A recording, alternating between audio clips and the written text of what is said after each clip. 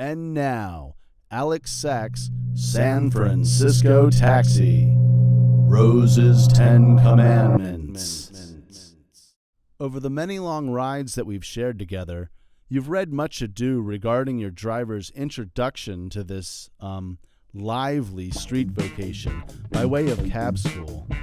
A cab school teacher, Rose, and her 10 Commandments. Recall, my passengers, how in the 3 months long bureaucracy that it takes one San Francisco taxi driving hopeful to achieve legal status, cab school itself is just a regular old 1 week, 40-hour, Monday through Friday, 9 to 5 class, the focus of which is threefold.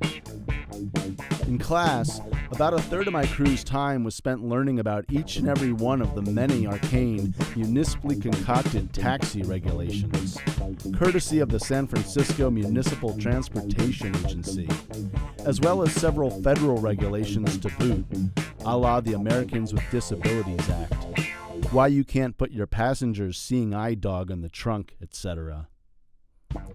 Another third of our time was spent studying and being tested on the maps of San Francisco, all the one-way streets, thoroughfares, and as well, the locations of each and every hospital and police station devoted to the service of this fine city.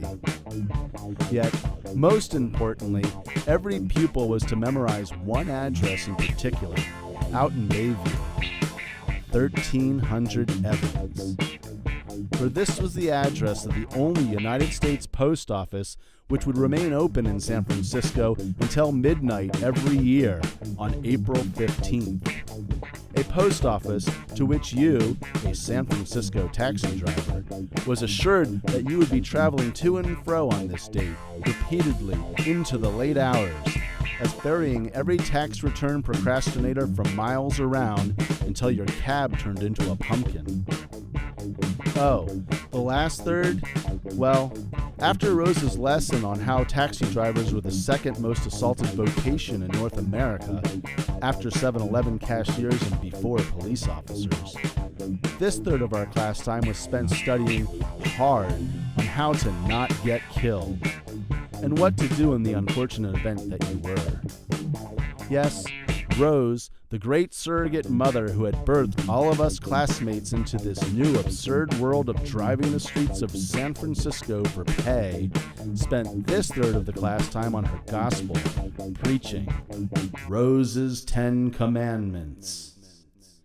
Commandment 1. Always keep your doors locked and the window at least half rolled up.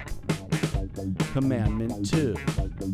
If your passenger is wearing a hoodie and sitting directly behind you, do not put on your seatbelt. You legally don't have to. The law sees this exemption for cabbies in light of that your passenger is way more of a threat to you than any collision at high speed. Commandment 3. Always keep one foot on the brake and one on the gas, and keep it in drive. Commandment number 4.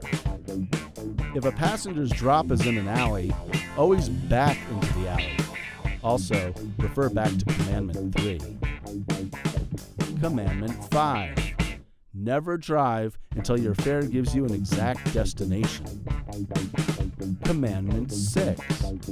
Never let your fare out of the cab without paying first, or with an "I'll be right back" with left behind collateral. That new MacBook in the box, it's really an old phone book. Commandment 7. Thou shalt not commit adultery, but it's okay to drive your passenger there. Okay, just kidding on that one, folks. Commandment number 7, for real this time.